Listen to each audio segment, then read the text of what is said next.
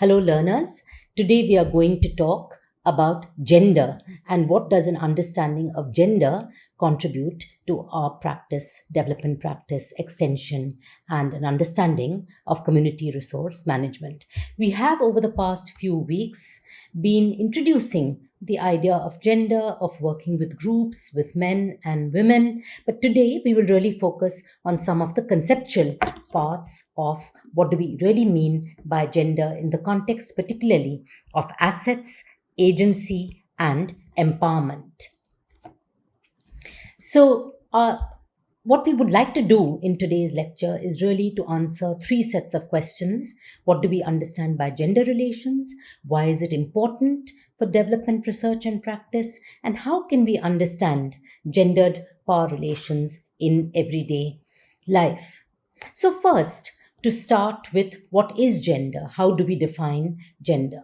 So, it is not just about your sexual identity as a male or a female, but it is really a social construct that defines what it means to be a man or a woman, boy or a girl in a given society.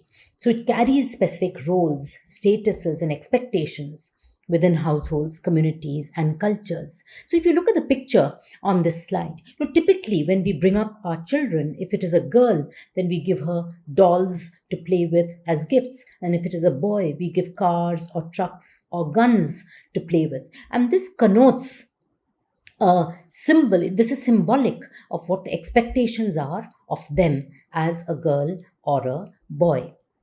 So when we talk about gender analysis or gender in analysis, there are a few things that we need to remember.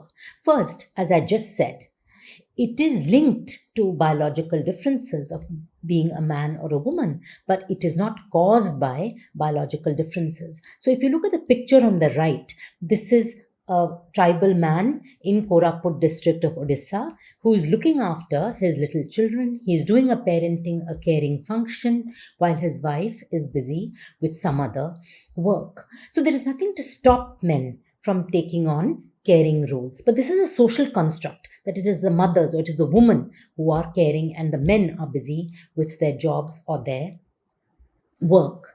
So, second important element when we talk about gender, how do we understand gender within both our analysis and practice, is that it is shaped jointly by identity markers such as ethnicity, race, class, caste, religion, life course, sexualities, and so on. These identities mediate different forms of inclusion and exclusion. So, for instance, if you take a Dalit woman and an upper class or an upper caste woman, they both are women, but there will be differences in experiences depending on their social identity in terms of the resources to which they have access, the kinds of opportunities they have, the power relations in which they are embedded, and so on. So this is really the next point, that your social identity determines your access to resources, both property or labor market opportunities. So for instance, upper caste women may not be allowed to go to the market and work, whereas Dalit women or Adivasi women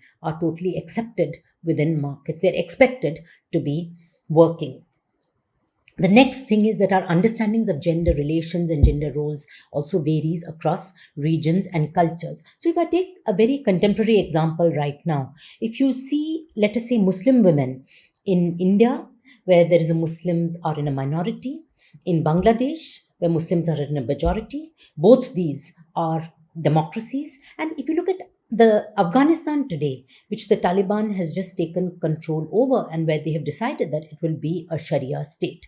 So these are Muslim women across these three different contexts. They have very different experiences.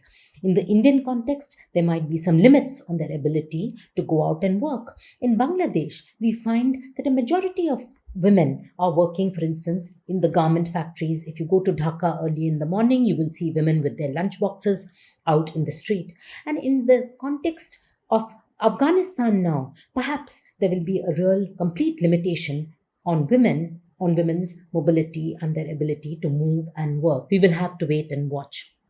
The other point is that gender relations also change over time and through an individual's life course. So let us see, when a child is young, as in this picture, girls and boys are treated equally. They can play, they can go to school in their parental home, and so on. When a young woman gets married and is a new bride in her in law's place, that's when a lot of the restrictions start. She has an immense burden of work and less freedom. By the time she has children, becomes a mother or a mother in law, I think again she has a lot of rights. So, this is something that we need to remember about gender analysis.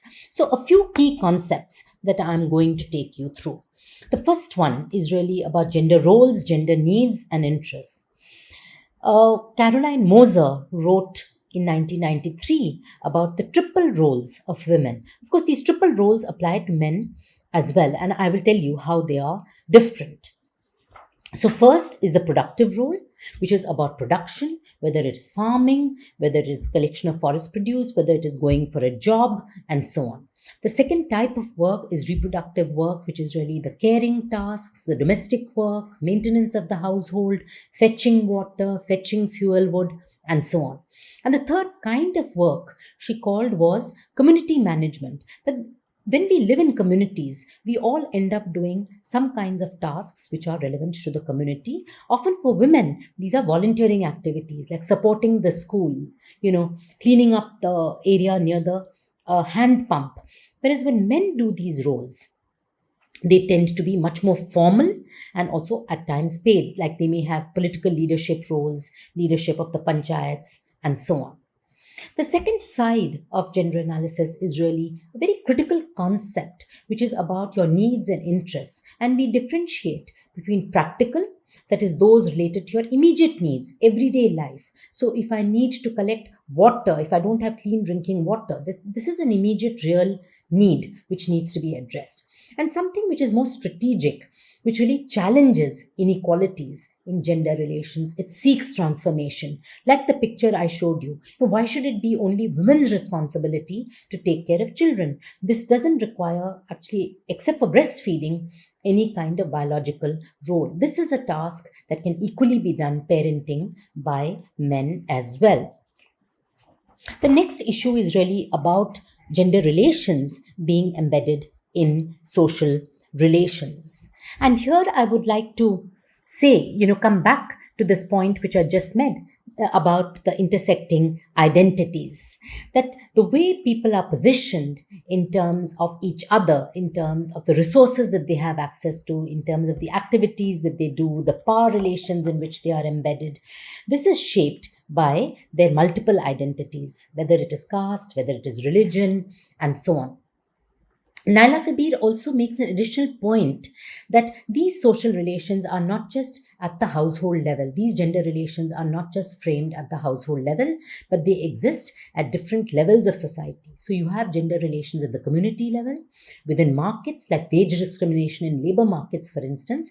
It sets the pace, it sets the choice about what are the activities women can do or women can't do. Because certain jobs are acceptable for women, certain jobs are not acceptable for women. Similarly, you have the whole legal framework or the policy domain or the state domain.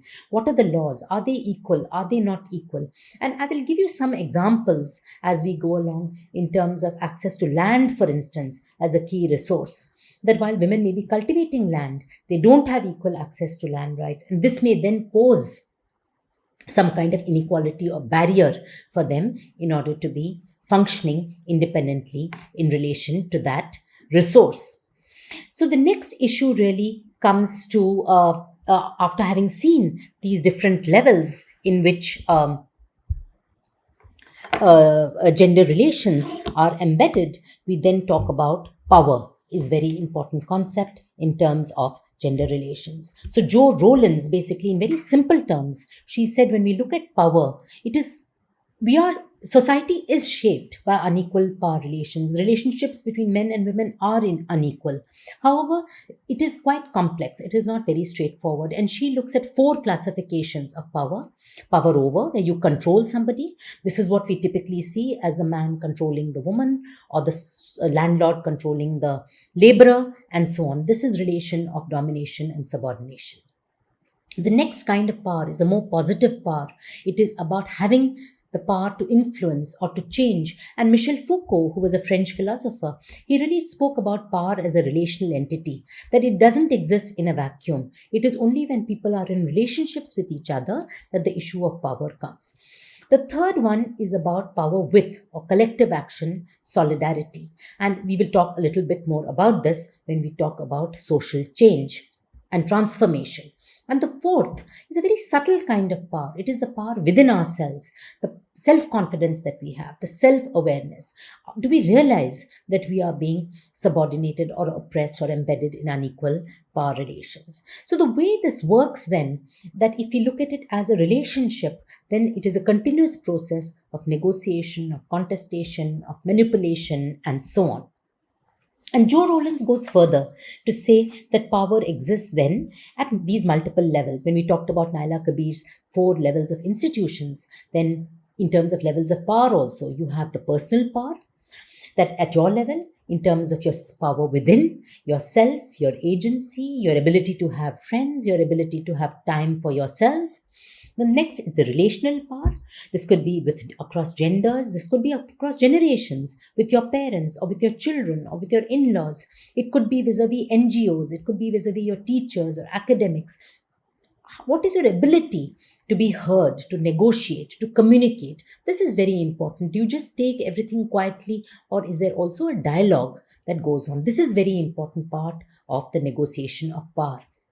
And the third is really about group level or collective power for goals that cannot be achieved alone. It works at different levels, right, from the community and the village to the region or the country. For instance, if you take a case of domestic violence, one woman alone cannot change this. It has to be working at multiple levels, from the community level support to indeed a state level legislation in order to support or control the prevalence of domestic violence.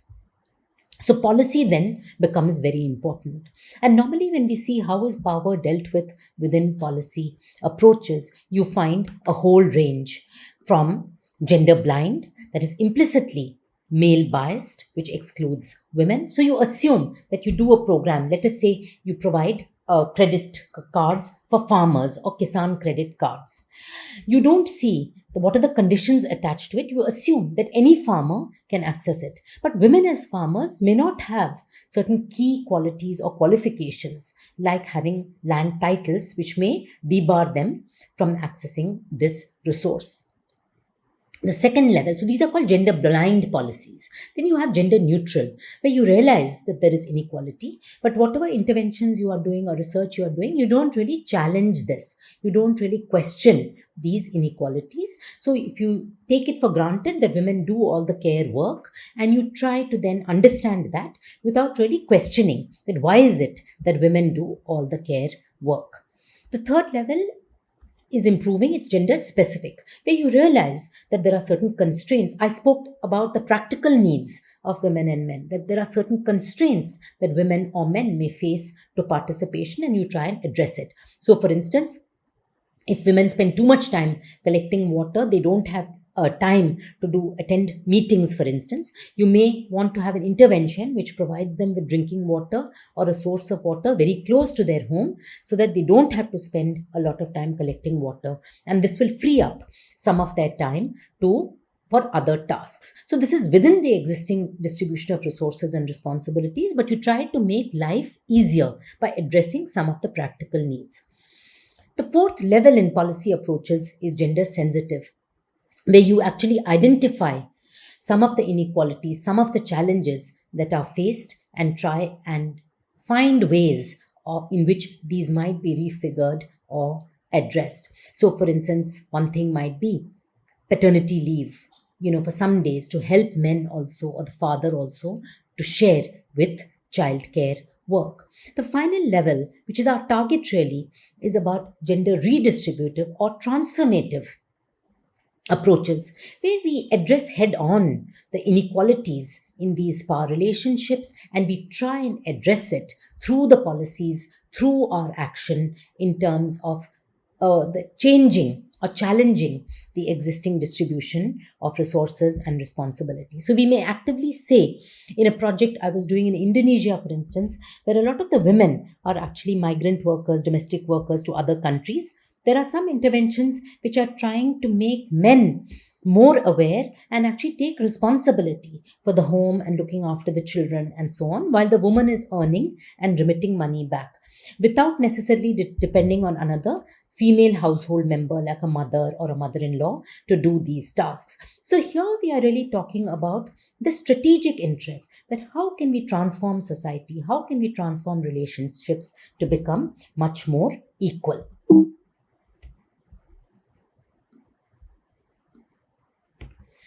So, this takes me on really to an understanding of empowerment, which is a very common term used within development practice. We also spoke a little bit about this in block one when we were talking about participation and empowerment. What is it? It is really about making strategic life choices where you didn't have an ability.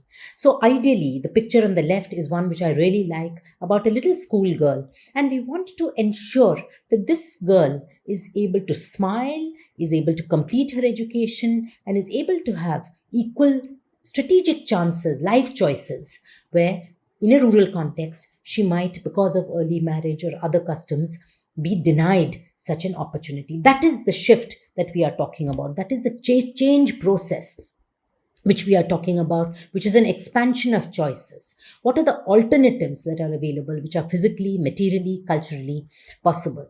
Here, I would like to clarify that when we talk about choices, we are talking about various kinds of choices. And here in empowerment, we're really talking about the strategic choices. So, what I call as second order choices are everyday decisions. So, what can we cook today? What can we have for lunch or dinner? This is not a strategic choice. We have to eat something, we have to cook something. But a strategic choice might be like an opportunity for this girl to complete her education, to get into employment, to go for higher studies, to choose when to get married, to whom to get married, when to have children, how many children to have. These are the strategic life choices. And we must recognize that there are inequalities depending on our social position in our capacity to make such choices. So, if I am a Dalit woman with very little resources, actually my capacity to make choices is also limited. What this means then is that when we talk about empowerment as a process of change, this varies across place and time. It varies for differently positioned people. It is not a single process, but people shape their own processes of empowerment. Within development, when we talk about the empowerment approach, it is really about talking about these unequal power relations, making visible the unequal power relations that exist between men and women, but also between women and between men and women. Men, like I gave the example of a landlord and a laborer, or a mother-in-law and a daughter-in-law. They may be women, but they are in very different power positions. Here, there are two things which are very important, which have been noted by Sen and Groen when talking about third world feminism, that we need to distinguish, as I already did, between practical needs and the more strategic interests. And the second is we need to really shift from top down welfare and anti poverty approaches to much more bottom up approaches where we give value to people. We learn from the practical experiences of women and men, in fact, working for change at the grassroots level. And this is what we were speaking about when we talked about participatory approaches to extension. This is very much seen as empowering approaches or empowerment approaches. So Naila Kabir now has again written about measuring empowerment, and she talks about three kinds of elements which are involved in measuring empowerment and exercising choice. And this is resources, agency, and achievement. And I will talk about each of them in turn. What are the resources that we have access to, which may be material resources, human resources, social resources like networks, relationship with kin groups or landlords. Human is your level of education, perhaps the skills that you have, and so on. Agency is about the processes of decision making, the types of decisions we make, the kinds of influence we have. And achievements are about the final outcomes in terms of our health, our well-being, level of education, housing, food, and so on. Now, all these three variables are interconnected and need to be seen together, as with similar resources, outcomes can be different. So, Kabir also says that there are certain qualifications to or constraints when we talk about empowerment. And what are these constraints? So, here we really talk about the structural context that people are differently positioned and therefore they have different ability to make choices. Your preferences may vary if you're an urban or a rural woman, if you're an upper caste or a Dalit or an Adivasi woman. What are the choices that you have? What are the preferences you have? And what are the values embedded in some of the choices you make? So I'll give you an example again from some of the work that I did in Western UP, where I was talking to a Jat household, and actually they had two daughters and a son. And when I got into conversation with the woman, it is true that they did do at one point a scan test to see that what was the sex of the child. And while the woman was very unhappy about this, she said that, in terms of status, if she didn't have a son, then it would be very difficult for her to survive in that household. And therefore, this was important to actually have this kind, to go with this, or to make that choice of going for that scan. Now, when you access new resources, you have some advantage because these are not a challenge. This is something new, but again, you can't predict the nature or the direction of change. One example is microfinance, that these are new set of resources, but it may be very empowering, but at the same time, if women get indebted, if they have a loss, if you have the collection agents who are constantly chasing them, it may also become quite oppressive. When we look at resources, it is really about a measure of the potential rather than actualized choice. For instance, these women are working on the land, they have access to land, but does it necessarily reflect that they are empowered? Do they have control over their land in terms of what crops to grow, whether they can sell the produce from that land? How far does it translate into their ability to take decisions about their land, and also in terms of outcomes, in terms of food security, in terms of income security, and so on. So, resources here provide a potential for agency, but usually operationalized by the concept of control. And this is somewhat difficult to measure. So, when we talk about the value of resources, I go back to the point that I raised earlier about the practical dimension of resources and the strategic dimension. So, practical dimension has been called as instrumental use, for instance, of land, that where the World Bank said that land is a very useful resource for poverty reduction. If you have land, you can reduce poverty. Secondly, with men increasingly moving to non-farm activities, if women have land rights, then they will be able to cultivate land much more efficiently because they can take access to credit, other productive resources, and so on. And of course, land ownership also structures other social relations in terms of the labor you can access, the other resources, whether you can keep animals, livestock, and so on. But there is also a strategic dimension, which has been called as the equality dimension, which was embedded in many land reform programs, particularly tenancy reform programs in India, which basically sought that it is a principle of justice, of fairness, that everybody should have some land, not only for poverty reduction. And this kind of a rights or a justice framework was then propagated also by many international and national legislations and declarations and conferences, such as UN Conference on Women, Human Rights, Sustainable Development Goals, and so on. And here the idea is that since women constitute 50% of the population, they should be entitled to equal share of property. This will contribute to their empowerment and ability to challenge oppression. It becomes an issue then of rights. How do you define rights, however? Especially rights to resources like land. And here it is again complex, and it has been seen in the literature as a bundle of rights rather than one right. So, to take the example of land, there can be a diversity of land types. So, you can have agricultural land, you can have private land, you can have common property, which we also talked about when talking about sustainable livelihoods. You can have forest land. You can have different forms of rights, individual rights or community rights. You can have ownership, or you can have use rights, or you can have tenancy rights. Again, in many cases, there are different degrees of freedom. So I may have full rights to a land, but I may not be allowed to sell it. This often happens with our inherited property, that you have to take the permission of many members of the kin group before you can actually sell the land.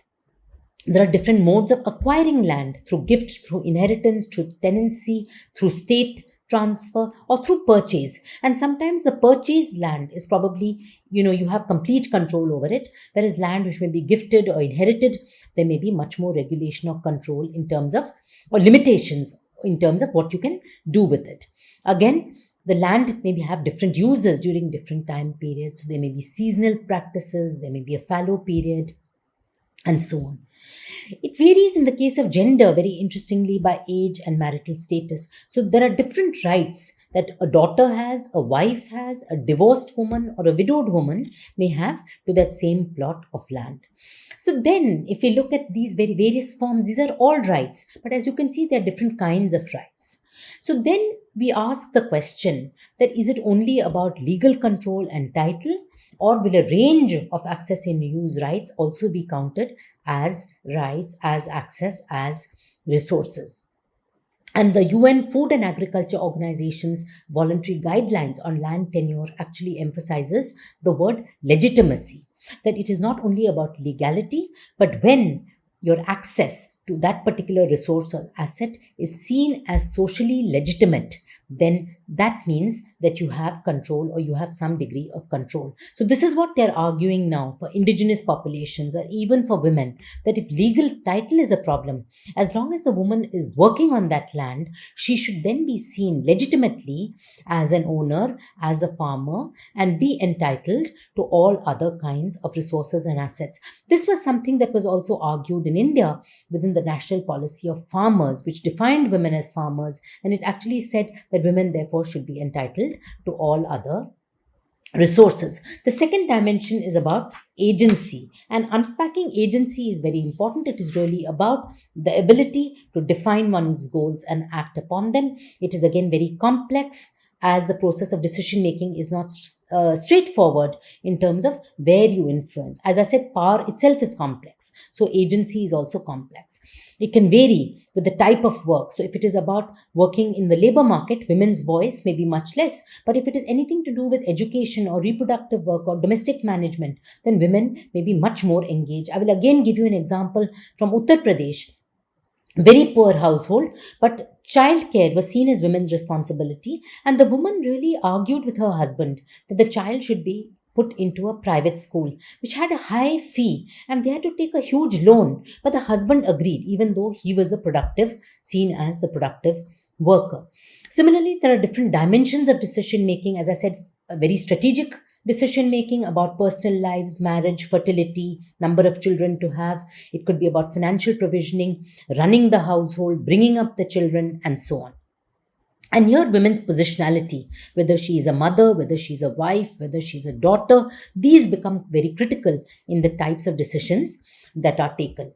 Again, going back to some of our early concepts about social relations and social institutions, that there is a link between institutions and women's ability to act. So, for instance, now with a lot of men migrating out of rural areas, women are able to go to banks, they are able to go to agricultural training, extension officers, and so on, because the context has changed. The men are not available anymore. And importance again of collective power and collective agency in shifting some of these social norms. So it's just some very small examples, everyday examples of agency, of how women act. If they are not consulted, as I said, they may not necessarily argue, but how do they manipulate? How do they negotiate? If there is a cropping decision that has been taken without her consent, I have seen women in Santhal Parganas, Santhal women actually withdrawing their labor and saying they were not consulted and they have to grow another crop. Similarly, there may be negotiations at community level about what resources, how to use resources, about land use. You may talk to outsiders, like many women would talk to me or to other agents about their problems in order to shame some of the men, some of the leaders, and make them act in favor of women's rights. Similarly, collective action has also been very visible about inclusion of women's names in land records, ensuring entitlements for widows. So there is the whole single women's network in India, which has been working for the rights of widows and separated women.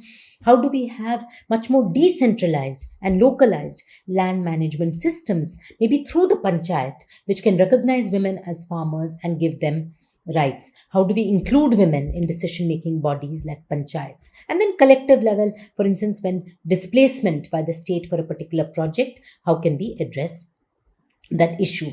Finally, we come to achievement. And achievement is really about the impacts, which can be tangible and intangible, direct and indirect. For instance, a tangible impact is increased wages, whereas an intangible impact may be increased bargaining power. It is about power within and increased bargaining power. Similarly, a direct and indirect change may be about increased income versus a reduced reliance on moneylenders. A second kind of achievement can be to ask the question that have women stepped out of routine forms of behavior? I have been emphasizing about women's roles and women's positionality as mothers, as wives, as daughters. So sometimes, for instance, where women go for child immunization to the health center, they're going outside their home, and it is improving well-being outcomes definitely in terms of child immunization and child health. But here women are acting in their role as mothers and in their reproductive roles or care roles. Whereas if women decide that they want to go for contraception, or they want to not have a child because it may put their own lives at risk, then here it is really about acting in their own interests as wives, as women. So the effect, while both are positive achievements, child immunization, child health, but the second kind of achievement where women are really thinking about their own interests is much, much more strategic and transformatory. And thirdly, how do we interpret some of these indicators? As I said, context is very important. So where women's market-related work or employment may be seen as a sign of empowerment because they are earning an income, it could also have a connotation which is negative in terms of increasing women's work burdens, reducing their leisure, and in fact, letting men off the hook or letting men off responsibility by women taking on all responsibility. So I would just like to conclude this with key elements of gender analysis, which is we resist the notion that women are a homogeneous group with no difference by age, class, caste, or other identities. We question dominant narratives about male and female roles in the economy, recognizing that productive and reproductive contributions to household livelihoods are different. Thirdly, we need to remember that gender relations are dynamic and they change over time. They can be ambiguous. So we need to be sensitive also with changing male roles, difficulties, and male identities, as we saw during the pandemic and the lockdown, that a lot of these migrant men were stuck in destinations without food, without shelter, walking back home, and so on. So we really need to look at gender relations as dynamic and recognize the role of power relations in shaping access to resources, income, and rights, and very importantly, clarify the context of the study, including which women and men are its subjects. So, I would like then to conclude, learners, with this brief summary that gender is a very important part of our social relations, of our everyday lives. We therefore need to be aware of what are the inequalities. Once we are aware of the inequalities, once we are aware of the challenges, we can also take action to change these circumstances. These are not immutable, and this is what gives us hope. So thank you very much, and I look forward to carrying forward this discussion with you.